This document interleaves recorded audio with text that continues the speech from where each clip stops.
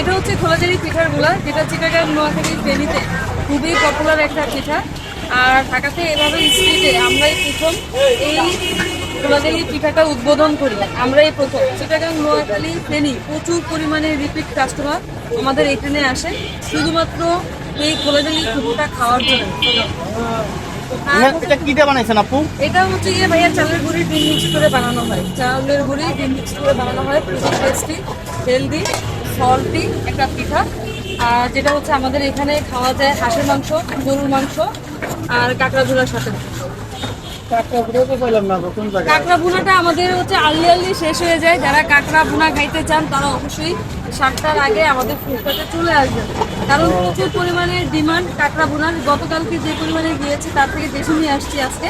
প্রতিদিন কত কেজি কাটা লাগে? প্রতিদিন মিনিমাম আমার যেটা অবশ্য দেখতেছি 10 কেজি করে মনে হয় লাগবে। প্রতিদিন 10 কেজি।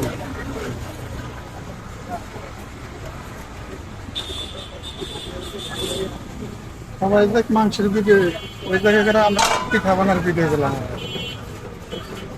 আপু আপনার হাতের পিঠা নাকি অনেক মজা? কে বলছে ভাই? আমি তো পিঠা বানাই না।